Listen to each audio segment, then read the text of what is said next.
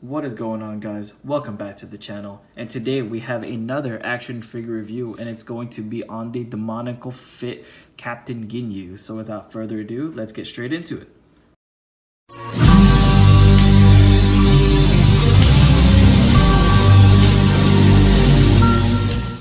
So starting off with the packaging, it looks very similar to the SH Figure Watch style packaging. So you can see the Demoniacal Fit on the bottom there because they can't legally use the Bandai Tamashii Nations Dragon Ball Z branding. And then you can see here on the side it says Special Force Captain because due to copyright issues they can't use the Captain Ginyu name. But overall it looks really good. It looks very close to a bunch of SH Figure Arts, I guess the newer style boxes. So turn this around real quick. They even have stuff in English, in Japanese, and I think that's Chinese. Yeah, Chinese, some different languages. So as you can see, and it's very reminiscent to other SH Figure Arts boxes. I actually have one right here for comparison. The SH Figure Arts Saiyan Rays on Earth Goku. And yeah, just going over a quick glance, you can tell how similar they are. So it's pretty cool. But as you can see, height-wise, Captain Ginyu towers over Goku. And for a fun little quick comparison, this box is still miles huge, or way bigger than the Captain Ginyu. So the event exclusive Broly from this year. So let's crack him out of the packaging and get into the accessories. So surprisingly, he comes with a decent amount of stuff, and I am very happy for that. Demoniacal Fit didn't skimp on the accessories. They actually went all out. So I don't know if you can tell, it comes with two pointing hands, left and right, two open palm blast hands, two karate chop style hands. Let's see if it's focused. There you go. Yeah, two karate chop style hands, and then of course the fisted hands that come on the figure itself. And then he comes with actually 5 total heads. So I'll show you guys the first one right here. This is the yelling face minus the scouter. Now, actually, I'll show you guys that in a little bit when I get to it. And then he comes with the no scouter gritting face. And then he has 3 total heads with the scouter. It's the same here, the gritting face, the neutral face that's on the figure, I'll show you guys that in a bit, and the yelling face. And the cool thing about this is that his scouter actually pops off. But the only bad thing is if you do pop him off and pose him with it, it has a hole right there. So it's not really gonna look too great. But I think this can be a useful accessory. Like if you put on the ground like that, and like after someone got beaten up or after he got beaten up, I think that actually looks pretty cool. So moving on from the accessories onto the figure. So as you can see, he's actually a pretty tall guy. Let's see how tall he scales to the tip of his horns and to right above his head. He's like 7 1/4 barely. I know the camera is not gonna reflect it too much, but yeah, 7 1/4. And if you guys want to see how he compares to a couple of other SH Figure Arts, let me go ahead and show you the captain of the Frieza Force with his Supreme Leader, the 2.0 Angel Frieza, the 2.0 Saiyan Rays on Earth Son Goku. It's more of a standard figure. The Frieza is more of a shorter figure, and then Goku is more of the standard SH Figure Arts scale. And if you wanted a in-scale view of one of the larger Dragon Ball Z SH Figure Arts, the Broly, there is how he looks. So obviously Broly is still gonna be the tallest figure that I've seen Dragon Ball or Tamashii Nations do in the Dragon Ball line. So moving on to articulation. So this one was actually a nice surprise for me because this is not an official licensed product with SH Figure Arts and Tamashii Nations, but Bluefin did a pretty good job. And now I don't know if it's going to be every single figure, but you know, I've seen some videos where some figures have QC issues, and you know, there are definitely going to be some QC issues. Like I don't know if you can tell how there's lines sculpted right there, but then that's not even that big of a deal to me personally. One thing that is kind of a little bit weird is, I don't know if you can tell, but his right leg, the left as it's looking right now, is definitely going to be longer than the left leg. You can't really, I mean, you can probably tell on camera, but overall, yeah, it is longer, so that looks kind of weird. People say that part, the little pivot right here, or the double jointed elbow hinge showing, is going to be bothersome for some people, but a lot of figures actually do have that. I think like a lot of Marvel Legends do, so to me it's not that big of a deal. So going through articulation real quick, he goes up and down, and then he has a little bit side to side motion.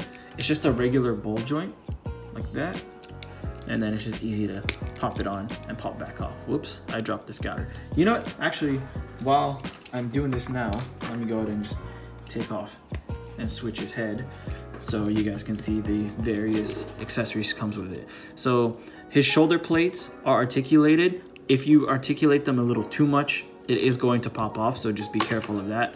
And then I've seen some people's side plates here being really loose. Thankfully mine is pretty good. It holds up pretty well and doesn't fall back down as soon as you put it up. But yes, definitely you got to be careful with that. He has the shoulders, they go up that much without intruding the shoulder pads, and then with the shoulder pads I think you can bring it up just a little bit more. Actually, that's probably it. Yeah, so he has double jointed elbows, which work pretty well, and then the standard ball hinge or swivel for the hands. It's actually a lot similar to the SH figure art style, if you guys can see that. Just a regular ball hinge on there. Oops, let me go ahead and pop this on real quick. So yeah, switching hands and switching head sculpts is the same as all standard SH figure arts. Oh, he also has a bat shape swivel. I forgot to mention that. No wrist swivel there, but that's okay. From pictures and like first looks, I didn't think that he was going to have ab articulation, but surprisingly he does, and he has it pretty well from the front. From the back, you know, you can obviously tell what's going on over there. Whoops, I dropped his scouter again. Let me pop that on real quick, just so it's not, I know it's not like really loose, it's just I keep knocking it out. So yeah, bending forward, you can tell articulation is not, I mean, hiding it is not the greatest. Like the articulation though is like very nice. You can get him in a really good crunching position, and then you can see like that looks perfectly fine. But as soon as you crunch over to the side, but he can go down really far. So if you guys like hit him like this, angled. So if you guys can get him angled in certain positions, he does look very well. So very happy that he actually has ab articulation. Apologies, ab articulation. He can definitely, they could have gone like the easy route, especially for their first figure, and just made this one solid piece. So I definitely appreciate Demoniacal Fit for doing that.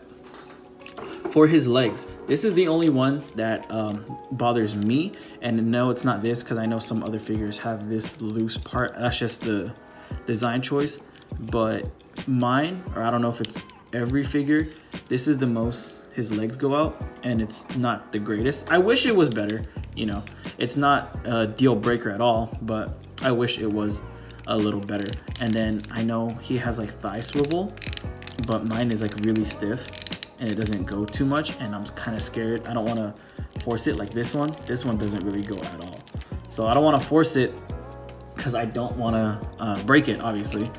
So it's not that big of a deal to me, because I can still probably get him in some poses.